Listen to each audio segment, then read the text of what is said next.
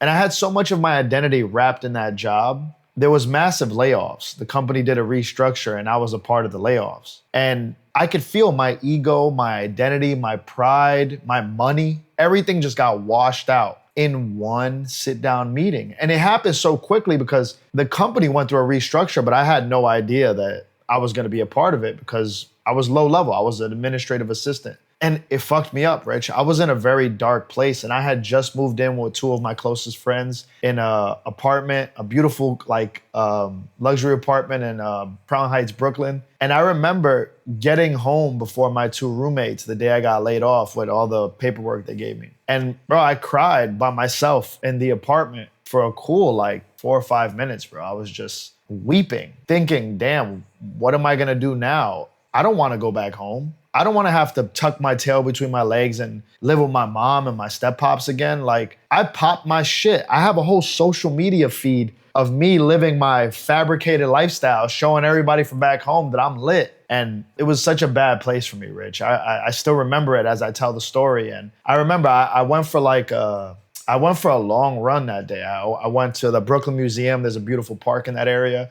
A run for 2 hours. And I was too embarrassed to tell my roommates when they got back. So I didn't tell anyone for a whole month. Not one person in my family knew that I got laid off for 30 days. And I was just fighting that whole time to try to figure it out. And, I do want to unpack how I rebound later, but I know the feeling, Rich. It's a terrible feeling. And to this day, whenever I could feel my life trending in the wrong direction, I'm reminded, hey, this is why you put the seatbelt on. You never know. You could fly through that windshield. Stay prepared, stay ready. And, the feeling of hitting rock bottom it's blood that I can still taste in my mouth every now and then. I can't lie. Damn, I'm glad you shared that story, bro. It just goes to show how fragile life could be and how one negative circumstance can fucking make you feel like your whole life is ruined. And think about my identity. My whole identity was wrapped in something I had no control over. That's what also made me feel like shit. But you know what the common denominator of all these things are? Is that whatever negative circumstances you go through in life results in pain. Everything goes back to pain. You feel pain, you feel that pit in your stomach.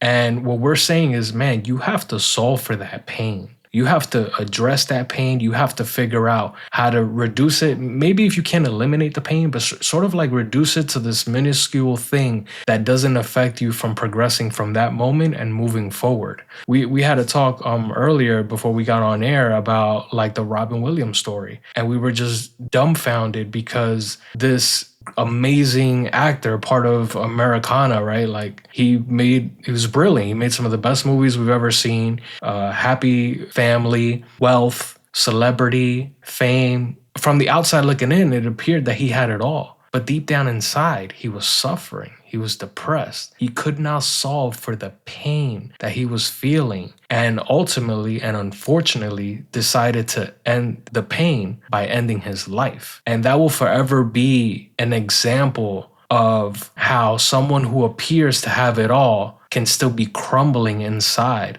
And that's the entire genesis of this episode, is just helping you understand that the pain that you're feeling today is normal, but it's not forever. There's ways to solve for that pain. Bro, Aladdin, he's the genie in Aladdin. Miss Doubtfire. Classics. Night at the Museum, Good Will Hunting, Jumanji, Hook. Man, I'm just reading it. You wouldn't believe a guy with that much God-given ability to make people smile and laugh, and he's truly an entertainer's entertainer, bro. He might be a little too old for our community, but when you get a chance, just look up Robin Williams stand-up or Robin Williams behind the scene. He truly seemed like a guy that was always happy. And he too took his life because he wasn't happy. One has to assume that he was dealing with more than he led people to believe. Yeah, he was definitely a national treasure. And it makes you wonder, right? Did anybody check in on him?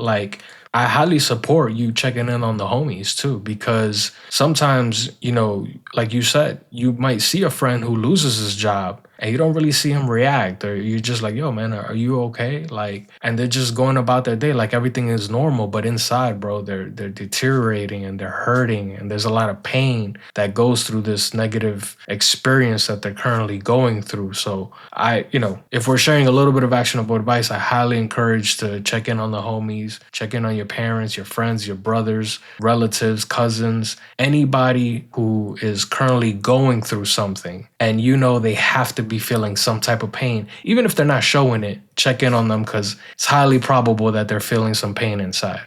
Yeah, I mean, at that particular moment, I was probably 25, 26. I did graduate college a little later than the average college graduate. So, I was definitely in my mid to late 20s. And I remember just really doubling down on, when I was young, I was a dreamer. I definitely came from a lower income area. So I spent a lot of my time imagining a world that I could live in that wasn't necessarily in front of me every day. And, one thing I can say to someone that is at rock bottom and is just metaphorically laying in a pool of their own blood, or their face hit the pavement and you feel like there's no way up or no way out, or you see no light in your future, I would say the one thing that really saved me was I just kept feeding the faith that this too shall pass. I kept feeding that faith, because all I really had was that. Like, man, if I just keep putting one foot in front of the other with very good intentions and I build good habits, maybe I can get back on track. But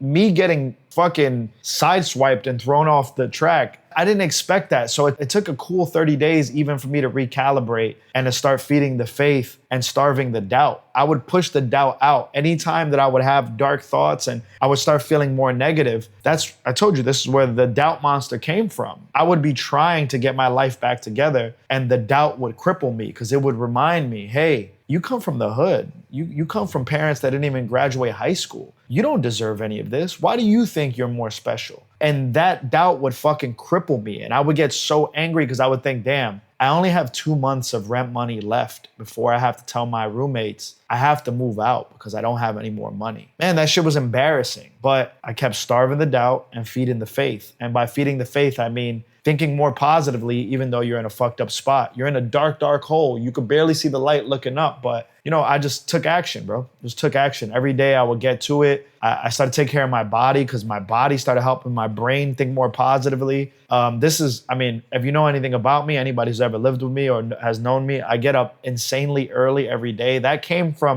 routine came from that time of my life. I was like, fuck it. I'm going to get up every day at 5 a.m. and I'm going to try to get ahead of the day, so at least I'm being productive. So if life throws me a curveball again, at least I'm prepared for it. And I've gone through setbacks since then, Rich, but I don't look at them as rock bottom. I used your word. There's going to be setbacks. That's a guarantee. For any man who tries, that man will fail. There will be ass whoopings. The name of our platform is failures. So expect some setbacks, but don't let them define you, and definitely don't let them make you feel like you hit rock bottom, for sure.